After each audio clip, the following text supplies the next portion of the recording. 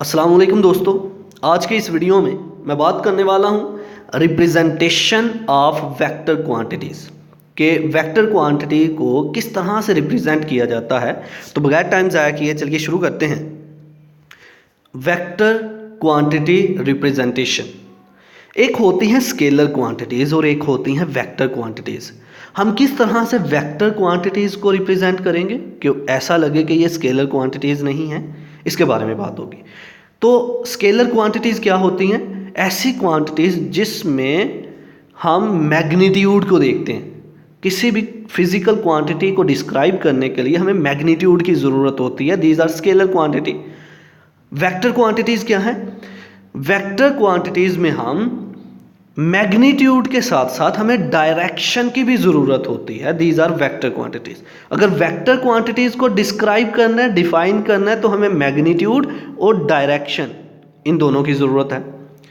अब किस तरह से वेक्टर क्वांटिटी को रिप्रेजेंट करना है? अगर हम वेक्टर क्वांटिटीज़ को स्केलर क्वांटिटी से डिफरेंट करना चाहते हैं, डिफरेंशिएट करना चाहते हैं, तो हम क्या करते हैं? हम वेक्टर क्वांटिटीज़ को बोल्ड लेटर्स में लिखते हैं, या फिर वेक्टर क्वांटिटीज़ के जो सिंबल्स होते हैं उनके ऊपर एरो या बार लगा देते हैं।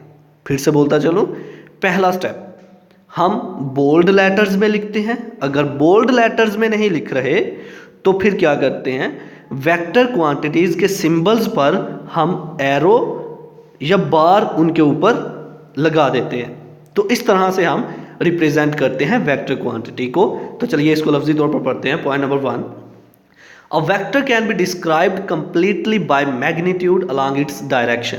अगर किसी वेक्टर क्वांटिटी को डिस्क्राइब करना है तो उसके मैग्नीट्यूड, डायरेक्शन की ज़रूरत है।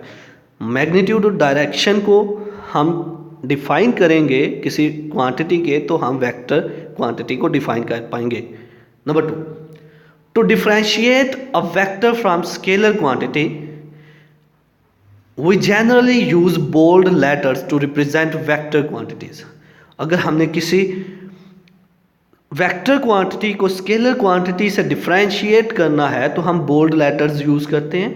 नंबर 3 पे देखिए, सच एज एफ, ए, डी। तो ये बोल्ड लेटर्स आपको नज़र आ रहे हैं। इसी तरह अ बार और एरो ओवर देयर सिंबल्स, या फिर उनके सिंबल्स पर, ये जो वेक्टर क्वांटिटीज़ होती हैं इनके सिंबल्स पर बार या एरो का साइन बना देते हैं।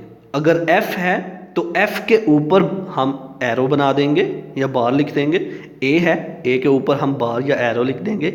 डी है तो डी के ऊपर हम बार या एरो लिख देंगे। तो रिप्रेजेंट करने के लिए ये मेथड है। तो ये था आज का हमारा लेक्चर जिसमें हमने बात की रिप्रेजेंटेशन ऑफ वेक्टर क्वांटिटीज़ के बारे में। आई होप कि आपको मेरी ये वीडियो पसंद आई होगी। Like this video, share this video and comment below this video if you have any question. Thanks for watching. Subscribe focus group. अल्लाह हाफिज़।